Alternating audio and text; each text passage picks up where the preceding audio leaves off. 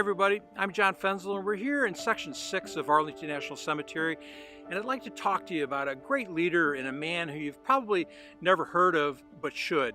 His name is Second Lieutenant Robert Reem. He was a United States Marine Corps officer who was posthumously awarded the Medal of Honor for his actions during the Korean War by throwing himself on an enemy grenade and sacrificing his life to save his men. Now, that alone is significant, but there's much more to Bob Reem's story that I wanted to tell you about.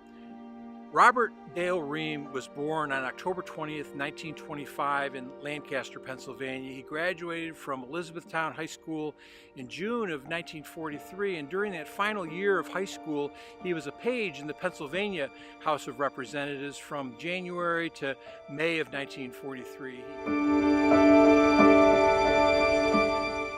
He married Donna Mayo, and he enlisted in the Marine Corps in August of 1943. He completed his recruit training at Parris Island in South Carolina, and then in October he was selected to the Naval Academy at that time, and he attended the Naval Academy Preparatory School in Bainbridge, Maryland, before entering the academy, and was commissioned a Marine Second Lieutenant on June 4th, 1948 upon his graduation from the Naval Academy in Annapolis. And then in June of 1949 he completed his basic school at Quantico. He stayed on there with the training regiment until August, and then in December of 1949, after several months at Camp Lejeune, North Carolina, with the 3rd Battalion, 6th Marines, 2nd Marine Division, he was assigned with that battalion to duty with the 6th Fleet in the Mediterranean.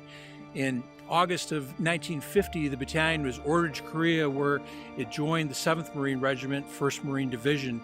Then Second Lieutenant Reem's first task was to take part in that effort to secure the port of Incheon, and once that was done, they led the drive into Seoul with all of that bitter house-to-house fighting. They won quickly and they pushed the communists north out of the city. And then in October, Reem and his comrades landed at the port of Wonsan, and after securing the town there, they began the drive to the Chosin Reservoir. Their mission was to capture or destroy a hydroelectric plant there. He was 26 years old, and he was commanding an infantry platoon near Chinhungni, North Korea on November 6, 1950. Reem was suffering from a really severe cold, but he refused to go to the battalion aid station because he knew that he might be evacuated. So after launching an attack straight up a mountain, the enemy was entrenched in these well-concealed positions that were overlooking unprotected terrain below, and Reem led his men slowly up the side of the ridge, facing just this hail of machine gun fire. The enemy fire was too strong and they were repulsed, but they moved forward again and again. He and his Marines were stopped about 50 feet from the summit, and he was rallying his platoon. He was pinned down.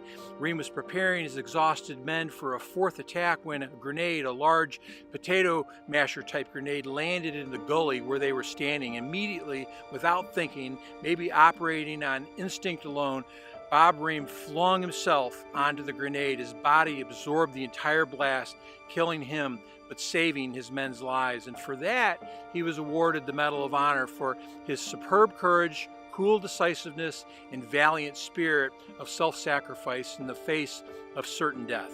In a letter from his company commander to his grandfather, First Lieutenant Howard Harris said, "I'm sure that his suffering was very brief. Bob's boys were dazed many days after his death, but in tribute to his brave action, they carried on with their same fighting spirit.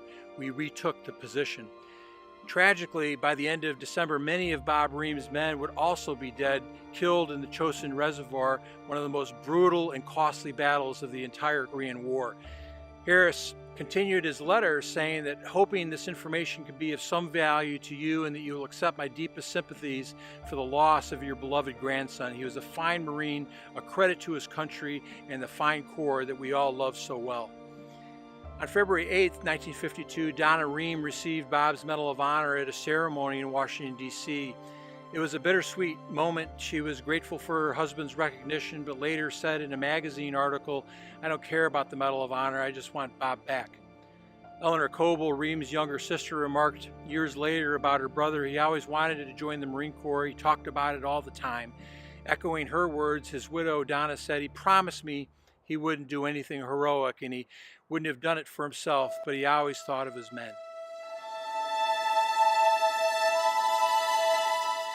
Robert Reem was initially buried in the United Nations Cemetery near Hamhung, North Korea. His body was later returned to the United States for burial right here at Arlington National Cemetery. His grave can be found in Section 6 where we're at. But what I thought I'd do right now is take you over to look at his grave and see where he was buried.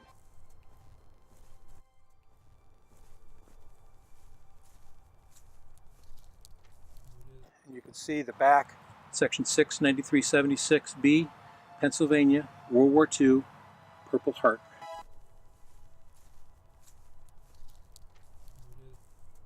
Robert D. Reem, Medal of Honor, Second Lieutenant, U.S. Marine Corps, Korea. October 20th, 1925, he was born, and he was killed on November 6th, 1950.